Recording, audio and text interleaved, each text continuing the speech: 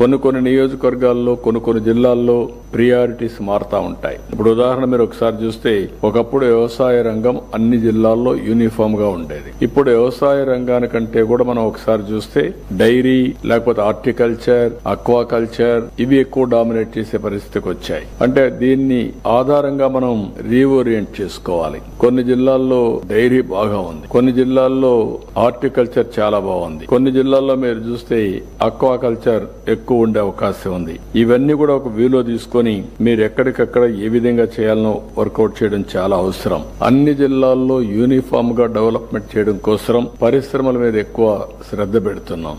కొన్ని ప్రాంతాల్లో అక్కడ ఉండే ప్రత్యేకమైన పరిస్థితుల్లో మెగా ఇండస్ట్రీస్ వచ్చే అవకాశం ఉంది. అదే సమయంలో ప్రతి ఒక్క నియోజకవర్గానికి ఒక ఇండస్ట్రియల్ పార్క్ ఒకటి పెట్టేదానికి మనం ముందుకు పోయాం. చాలా వరకు స్టార్ట్ చేశాం. తొందరలోనే 3 నెలల్లో లేకపోతే 6 months లో అన్ని నియోజకవర్గాల్లో 175 ఇండస్ట్రియల్ పార్క్స్ ని, ఎంఎస్ఎంఈ పార్కుల్ని ఏర్పాటు చేస్తాం. ఇంకొక పక్కన ఈ మంత్ లోనే ఏదైతే రతన్ టాటా ఇన్నోవేషన్ హబ్ అమరావతిలో, అదే మరి స్పోక్ మోడల్లో విశాఖపట్నం, రాజమండ్రి, విజయవాడ, తిరుపతి, అనంతపూర్ కూడా ప్రారంభించుతాం. ఇవన్నీ వస్తాయి. ఇది అయిన తర్వాత సర్వీస్ అనేది సేవా రంగం ఇది బిగ్గెస్ట్. ఈరోజు తెలంగాణలో 67% సర్వీస్ సెక్టర్ ఉంది, మన దగ్గర 46% ఉంది. దీనివల్ల లాభాలు ఏంటని మీరు ఆలోచించినప్పుడు ఎక్కడైతే సర్వీస్ సెక్టర్ ఎక్కువ ఉంటే ప్రభుత్వానికి ఆదాయం ఎక్కువ వస్తుంది. తెలంగాణ ఆదాయం జీఎస్టీపీలో 9.3% జీఎస్టీ వస్తుంది. అదే ఆంధ్రప్రదేశ్ చూస్తే 6.3% వస్తుంది. అంటే 1/3 డిఫరెన్స్ ఆదాయంలో ఉండే పరిస్థితి వస్తుంది.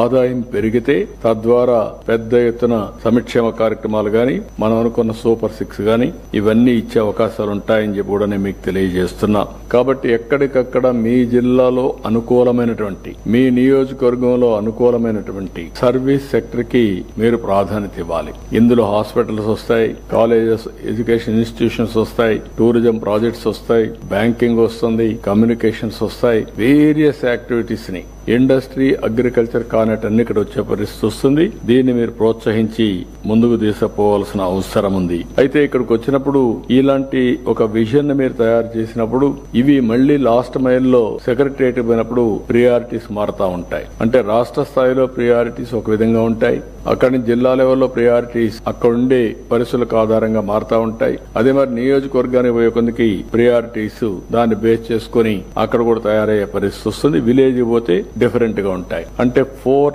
టైర్ స్ట్రక్చర్ లో మనం ముందుకు పోతున్నాం. రాష్ట్రం, జిల్లా, కాన్స్టిట్యున్సీ, సెక్రటరియట్. అదే సమయంలో ఎవ్రీవేర్ టెక్నాలజీని అనుసంధానం చేస్తున్నాం. ఈ విషయం మీరు గుర్తుపెట్టుకోవాలి. టెక్నాలజీ పేర్లలుగా అన్ని స్థాయిల్లో 4 స్థాయిల్లో అనుసంధానం చేసుకుని ఎక్కడికక్కడ cost effective solution. Technology nowadays fashion కాదు. ఈ విషయం అందరూ గుర్తుపెట్టుకోవాలి. Technology is a game changer. టెక్నాలజీని ప్రాపర్ గా ఉపయోగించుకోగలిగితే ఖర్చు తగ్గుతుంది, స్పీడ్ పెరుగుతుంది, అండ్ ఆల్సో ఎక్కడికక్కడ అప్లికేషన్ కూడా